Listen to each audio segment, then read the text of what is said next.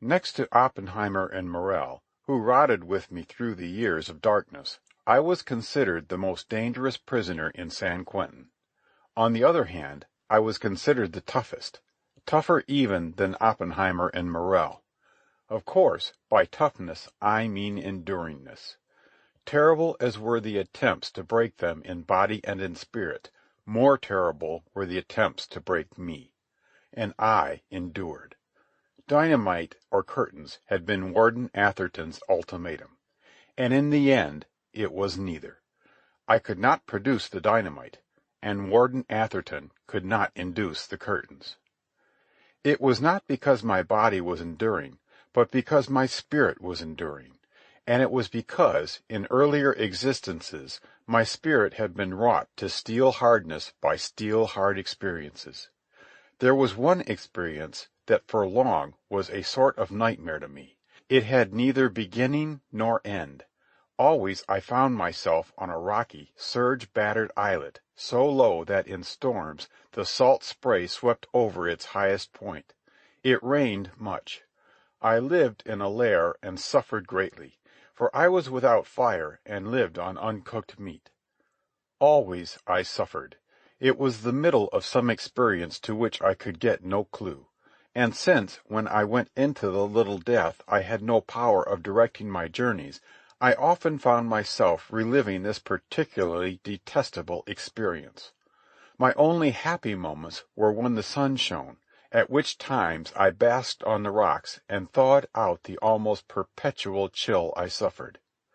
My one diversion was an oar and a jackknife. Upon this oar I spent much time, carving minute letters and cutting a notch for each week that passed. There were many notches. I sharpened the knife on a flat piece of rock, and no barber was ever more careful of his favorite razor than was I of that knife. Nor did ever a miser prize his treasure as did I prize the knife. It was as precious to me. It was as precious as my life. In truth, it was my life. By many repetitions I managed to bring back out of the jacket the legend that was carved on the oar. At first I could bring but little. Later it grew easier, a matter of piecing portions together. And at last I had the thing complete. Here it is. This is to acquaint the person into whose hands this oar may fall, that Daniel Foss, a native of Elkton in Maryland, one of the United States of America, and who sailed from the port of Philadelphia in 1809 on board the brig Negotiator, bound to the Friendly Islands, was cast upon this desolate island the February following, where he erected a hut and lived a number of years, subsisting on seals, he being the last who survived of the crew of said brig, which ran foul of an island of ice and foundered on the 25th November, 1809. There it was, quite clear. By this means I learned a lot about myself. One vexed point, however, I never did succeed in clearing up. Was this island situated in the far South Pacific or the far South Atlantic? I did not know enough of sailing ship tracks to be certain whether the brig Negotiator would sail for the Friendly Islands via Cape Horn or via the Cape of Good Hope. To confess my own ignorance, not until after I was transferred to Folsom did I learn in which ocean were the Friendly Islands. The Japanese murderer, whom I have mentioned before, had been a sailmaker on board the Arthur Sewall ships, and he told me that the probable sailing course would be by way of the Cape of Good Hope. If this were so, then the dates of sailing from Philadelphia and of being wrecked would easily determine which ocean. Unfortunately, the sailing date is merely 1809. The wreck might as likely have occurred in one ocean as the other. Only once did I, in my trances, get a hint of the period preceding the time spent on the island. This begins at the moment of the brig's collision with the iceberg, and I shall narrate it, if for no other reason, at least to give an account of my curiously cool and deliberate conduct. This conduct at this time, as you shall see, was what enabled me in the end to survive alone of all the ship's company. I was awakened in my bunk in the forecastle by a terrific crash. In fact, as was true of the other 6 sleeping men of the watch below, awaking and leaping from bunk to floor were simultaneous. We knew what had happened. The others waited for nothing, rushing only partly clad upon deck. But I knew what to expect, and I did wait. I knew that if we escaped at all, it would be by the longboat. No man could swim in so freezing a sea, and no man, thinly clad, could live long in the open boat. Also, I knew just about how long it would take to launch the boat. So by the light of the wildly swinging slush lamp, to the tumult on deck, and to cries of "She's sinking," I proceeded to ransack my sea chest for suitable garments. Also, since they would never use them again, I ransacked the sea chests of my shipmates. Working quickly but collectedly, I took nothing but the warmest and stoutest of clothes. I put on the 4 best woolen shirts the forecastle boasted, 3 pairs of pants, and 3 pairs of thick woolen socks. So large were my feet thus encased that I could not put on my own good boots. Instead, I thrust on Nicholas Wilton's new boots, which were larger and even stouter than mine. Also I put on Jeremy Naylor's pea jacket over my own, and outside of both put on Seth Richards' thick canvas coat, which I remembered he had fresh oiled only a short while previous. 2 pairs of heavy mittens, John Roberts' muffler, which his mother had knitted for him, and Joseph Dawes' beaver cap atop my own, both bearing ear and neck flaps, completed my outfitting. The shouts that the brig was sinking redoubled, but I took a minute longer to fill my pockets with all the plug tobacco I could lay my hands on. Then I climbed out on deck, and not a moment too soon. The moon, bursting through a crack of cloud, showed a bleak and savage picture. Everywhere was wrecked gear, and everywhere was ice. The ship's ropes and spars of the mainmast, which was still standing, were fringed with icicles, and there came over me a feeling almost of relief in that never again should I have to pull and haul on the stiff tackles and hammer ice so that the frozen ropes could run through the frozen shivs. The wind, blowing half a gale, cut with the sharpness that is a sign of the proximity of icebergs, and the big seas were bitter cold to look upon in the moonlight. The longboat was lowering away to starboard, and I saw men, struggling on the ice-sheeted deck with barrels of provisions, abandon the food in their haste to get away. In vain Captain Nicholl strove with them. A sea, breaching across from windward, settled the matter and sent them, leaping over the rail in heaps. I gained the captain's shoulder, and, holding on to him, I shouted in his ear that if he would board the boat and prevent the men from casting off, I would attend to the provisioning. Little time was given me, however. Scarcely had I managed, helped by the second mate, Aaron Northrop, to lower away 6 barrels and kegs, when all cried from the boat that they were casting off. Good reason they had. Down upon us from windward was drifting a towering ice mountain, while to leeward, close aboard, was another ice mountain upon which we were driving. Quicker in his leap was Aaron Northrop. I delayed a moment, even as the boat was shoving away, in order to select a spot amidships where the men were thickest, so that their bodies might break my fall. I was not minded to embark with a broken member on so hazardous a voyage in the longboat. That the men might have room at the oars, I worked my way quickly aft into the stern sheets. Certainly I had other and sufficient reasons. It would be more comfortable in the stern sheets than in the narrow bow, and further, it would be well to be near the afterguard in whatever troubles that were sure to arise under such circumstances in the days to come. In the stern sheets were the mate, Walter Drake, the surgeon, Arnold Benthorn, Aaron Northrop, and Captain Nicholl, who was steering. The surgeon was bending over Northrop, who lay in the bottom groaning. Not so fortunate had he been in his ill-considered leap, for he had broken his right leg at the hip joint. There was little time for him then, however, for we were laboring in a heavy sea directly between the two ice islands that were rushing together. Nicholas Wilton, at the stroke oar, was cramped for room, so I better stowed the barrels, and kneeling and facing him, was able to add my weight to the oar. For'ard I could see John Roberts straining at the bow oar. Pulling on his shoulders from behind, Arthur Haskins and the boy, Benny Hardwater, added their weight to his. In fact, so eager were all hands to help that more than one was thus in the way and cluttered the movements of the rowers. It was close work, but we went clear by a matter of 100 yards, so that I was able to turn my head and see the untimely end of the Negotiator. She was caught squarely in the pinch, and she was squeezed between the ice as a sugar-plum might be squeezed between thumb and forefinger of a boy.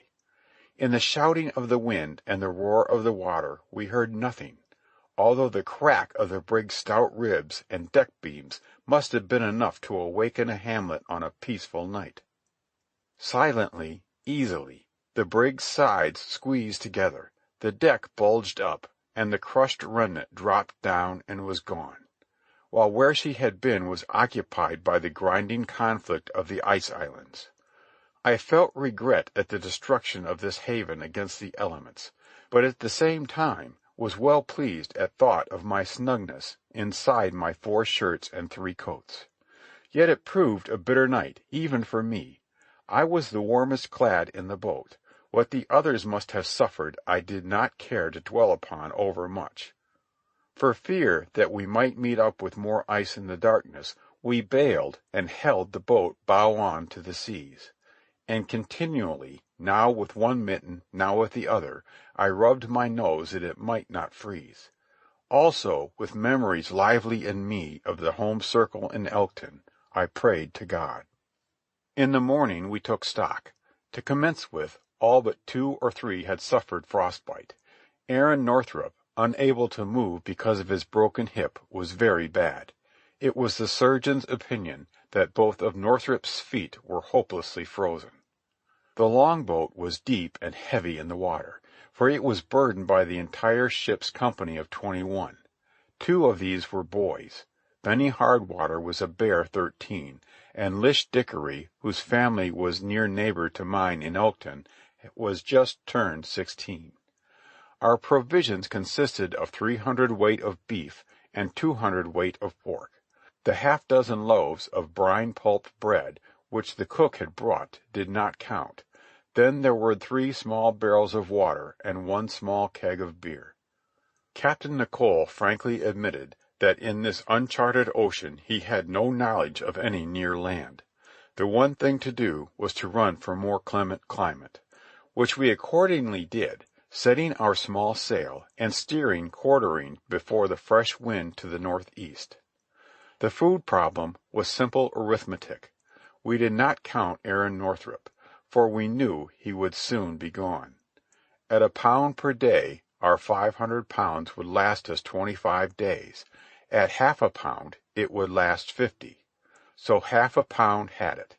I divided and issued the meat under the captain's eyes, and managed it fairly enough, God knows, although some of the men grumbled from the first. Also, from time to time, I made fair provision among the men of the plug tobacco I had stowed in my many pockets, a thing which I could not but regret, especially when I knew it was being wasted on this man and that, who I was certain could not live a day more, or at best 2 days or 3. For we began to die soon in the open boat. Not to starvation, but to the killing cold and exposure were those earlier deaths due. It was a matter of the survival of the toughest and the luckiest. I was tough by constitution, and lucky inasmuch as I was warmly clad and had not broken my leg like Aaron Northrup. Even so strong was he that despite being the first to be severely frozen, he was days in passing. Vance Hathaway was the first. We found him in the gray of dawn, crouched double in the bow and frozen stiff. The boy, Lish Dickory, was the second to go. The other boy, Benny Hardwater, lasted 10 or a dozen days. So bitter was it in the boat that our water and beer froze solid, and it was a difficult task justly to apportion the pieces I broke off with Northrup's clasp knife. These pieces we put in our mouths and sucked until they melted. Also, on occasion of snow squalls, we had all the snow we desired, all of which was not good for us, causing a fever of inflammation to attack our mouths so that the membranes were continually dry and burning, and there was no allaying a thirst so generated. To suck more ice or snow was merely to aggravate the inflammation. More than anything else, I think it was this that caused the death of Lish Dickory. He was out of his head and raving for 24 hours before he died. He died babbling for water, and yet he did not die for need of water. I resisted as much as possible the temptation to suck ice, contenting myself with a shred of tobacco in my cheek, and made out with fair comfort. We stripped all clothing from our dead. Stark they came into the world, and stark they passed out over the side of the longboat and down into the dark, freezing ocean. Lots were cast for the clothes. This was by Captain Nicholl's command, in order to prevent quarreling. It was no time for the follies of sentiment. There was not one of us who did not know secret satisfaction at the occurrence of each death. Luckiest of all was Israel Stickney in casting lots, so that in the end, when he passed, he was a veritable treasure trove of clothing. It gave a new lease of life to the survivors. We continued to run to the northeast before the fresh westerlies, but our quest for warmer weather seemed vain. Ever the spray froze in the bottom of the boat, and I still chipped beer and drinking water with Northrup's knife. My own knife I reserved. It was of good steel, with a keen edge and stoutly fashioned, and I did not care to peril it in such manner. By the time half our company was overboard, the boat had a reasonably high freeboard, and was less ticklish to handle in the gusts. Likewise, there was more room for a man to stretch out comfortably. A source of continual grumbling was the food. The captain, the mate, the surgeon, and myself, talking it over, resolved not to increase the daily whack of half a pound of meat. The 6 sailors, for whom Tobias Snow made himself spokesman, contended that the death of half of us was equivalent to a doubling of our provisioning, and that therefore the ration should be increased to a pound. In reply, we of the afterguard pointed out that it was our chance for life that was doubled, did we but bear with the half-pound ration. It is true that 8 ounces of salt meat did not go far in enabling us to live and to resist the severe cold. We were quite weak, and because of our weakness we frosted easily. Noses and cheeks were all black with frostbite. It was impossible to be warm, although we now had double the garments we had started with. 5 weeks after the loss of the Negotiator, the trouble over the food came to a head. I was asleep at the time. It was night, when Captain Nicholl caught Judge Hetchkins stealing from the pork barrel. That he was abetted by the other 5 men was proved by their actions. Immediately Judge Hetchkins was discovered, the whole 6 threw themselves upon us with their knives.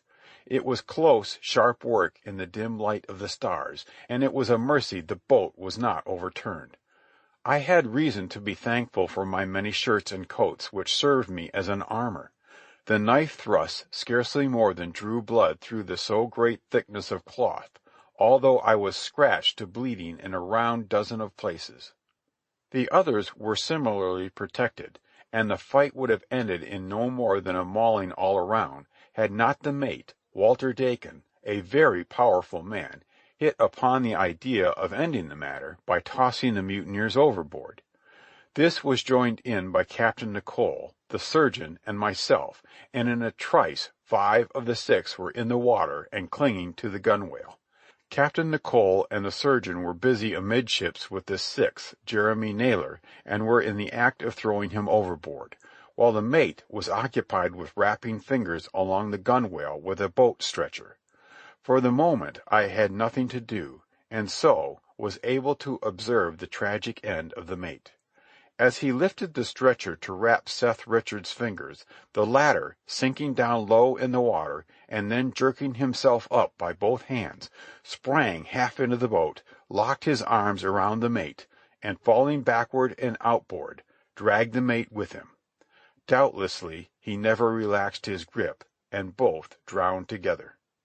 Thus, left alive of the entire ship's company were 3 of us: Captain Nicholl, Arnold Bentham, the surgeon, and myself. 7 had gone in the twinkling of an eye, consequent on Judd Hetchkins's attempt to steal provisions. And to me it seemed a pity that so much good warm clothing had been wasted there in the sea. There was not one of us who could have managed gratefully with more. Captain Nicholl and the surgeon were good men and honest. Often enough, when 2 of us slept, the one awake and steering could have stolen from the meat. But this never happened. We trusted one another fully, and we would have died rather than betray that trust. We continued to content ourselves with half a pound of meat each per day, and we took advantage of every favoring breeze to work to the northward. Not until January 14th, 7 weeks since the wreck, did we come up with a warmer latitude. Even then it was not really warm. It was merely not so bitterly cold. Here the fresh westerlies forsook us, and we bobbed and blobbed about in doldrummy weather for many days. Mostly it was calm, or light contrary winds, though sometimes a burst of breeze, as like as not from dead ahead, would last for a few hours. In our weakened condition, with so large a boat, it was out of the question to row. We could merely hoard our food and wait for God to show a more kindly face. The 3 of us were very faithful Christians, and we made a practice of prayer each day before the apportionment of food. Yes, and each of us prayed privately, often and long. By the end of January our food was near its end. The pork was entirely gone, and we used the barrel for catching and storing rainwater. Not many pounds of beef remained, and in all the 9 weeks in the open boat we had raised no sail and glimpsed no land. Captain Nicholl frankly admitted that after 63 days of dead reckoning he did not know where we were. The 20th of February saw the last morsel of food eaten. I prefer to skip the details of much that happened in the next 8 days. I shall touch only on the incidents that serve to show what manner of men were my companions. We had starved so long, we had no reserves of strength on which to draw when the food utterly ceased, and we grew weaker with great rapidity. On February 24th, we calmly talked the situation over. We were 3 stout-spirited men, full of life and toughness, and we did not want to die. No one of us would volunteer to sacrifice himself for the other 2. But we agreed on 3 things. We must have food. We must decide the matter by casting lots, and we would cast the lots next morning if there were no wind. Next morning there was wind, not much of it, but fair, so that we were able to log a sluggish 2 knots on our northerly course. The mornings of the 26th and 27th found us with a similar breeze. We were fearfully weak, but we abided by our decision and continued to sail. But with the morning of the 28th we knew the time was come. The longboat rolled drearily on an empty, windless sea, and the stagnant, overcast sky gave no promise of any breeze. I cut 3 pieces of cloth, all of a size, from my jacket. In the ravel of one of these pieces was a bit of brown thread. Whoever drew this lost. I then put the 3 lots into my hat, covering it with Captain Nicholl's hat. All was ready, but we delayed for a time while each prayed silently and long, for we knew that we were leaving the decision to God. I was not unaware of my own honesty and worth, but I was equally aware of the honesty and worth of my companions, so that it perplexed me how God could decide so fine-balanced and delicate a matter. The captain, as was his right and due, drew first. After his hand was in the hat, He delayed for some time with closed eyes, his lips moving a last prayer, and he drew a blank. This was right, a true decision I could not but admit to myself, for Captain Nicholl's life was largely known to me, and I knew him to be honest, upright, and God-fearing. Remained the surgeon and me. It was one or the other, and according to ship's rating, it was his due to draw next. Again we prayed. As I prayed, I strove to quest back in my life and cast a hurried tally sheet of my own worth and unworth. I held the hat on my knees with Captain Nicholl's hat over it. The surgeon thrust in his hand and fumbled about for some time, while I wondered whether the feel of that one brown thread could be detected from the rest of the ravel. At last he withdrew his hand. The brown thread was in his piece of cloth. I was instantly very humble and very grateful for God's blessing thus extended to me, and I resolved to keep more faithfully than ever all of his commandments. The next moment I could not help but feel that the surgeon and the captain were pledged to each other by closer ties of position and intercourse than with me, and that they were in a measure disappointed with the outcome. And close with that thought ran the conviction that they were such true men that the outcome would not interfere with the plan arranged. I was right.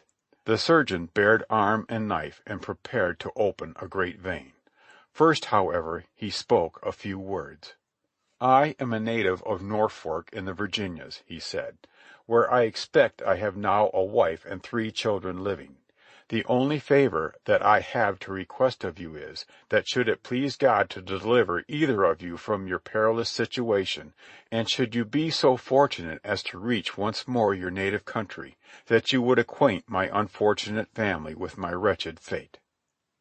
Next, he requested courteously of us a few minutes in which to arrange his affairs with God. Neither Captain Nicholl nor I could utter a word, but with streaming eyes we nodded our consent. Without doubt, Arnold Bentham was the best collected of the 3 of us. My own anguish was prodigious, and I am confident that Captain Nicholl suffered equally. But what was one to do? The thing was fair and proper, and had been decided by God.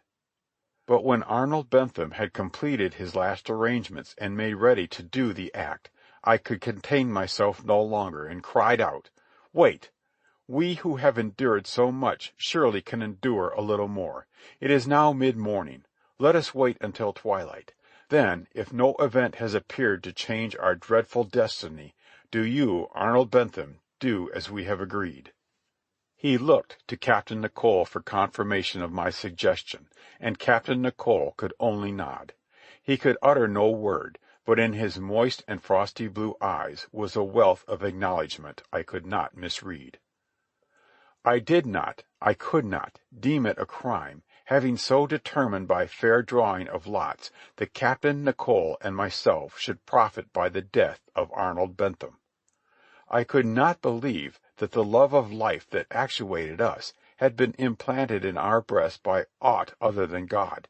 It was God's will, and we, his poor creatures, could only obey and fulfill his will. And yet God was kind. In his all-kindness he saved us from so terrible, though so righteous, an act. Scarce had quarter of an hour passed, when a fan of air from the west, with a hint of frost and damp in it, crisped on our cheeks. In another 5 minutes we had steerage from the filled sail, and Arnold Bentham was at the steering sweep. "Save what little strength you have," he had said. "Let me consume the little strength left in me in order that it may increase your chance to survive." And so he steered to a freshening breeze, while Captain Nicholl and I lay sprawled in the boat's bottom, and in our weakness dreamed dreams and glimpsed visions of the dear things of life far across the world from us. It was an ever-freshening breeze of wind that soon began to puff and gust. The cloud stuff flying across the sky foretold us of a gale.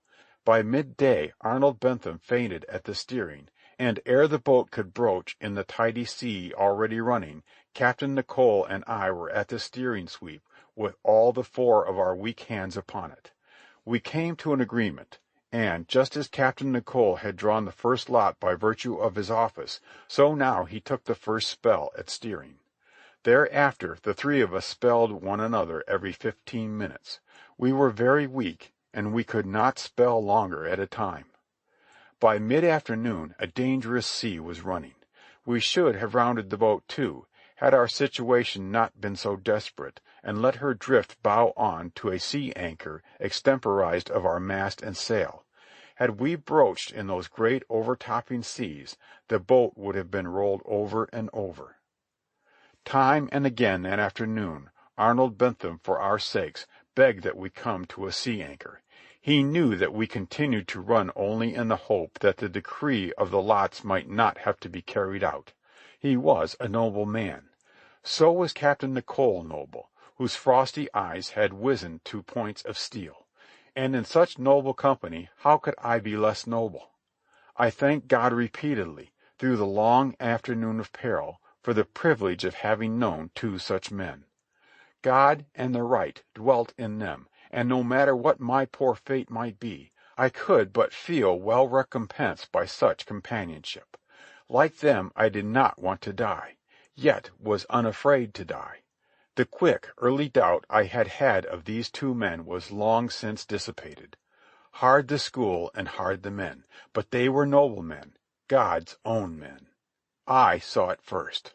Arnold Bentham, his own death accepted, and Captain Nicholl, well nigh accepting death, lay rolling like loose-bodied, deep men in the boat's bottom, and I was steering when I saw it.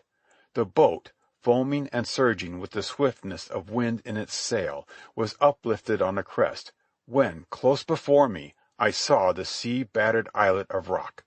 It was not half a mile off. I cried out, so that the other two, kneeling and reeling and clutching for support, were peering and staring at what I saw.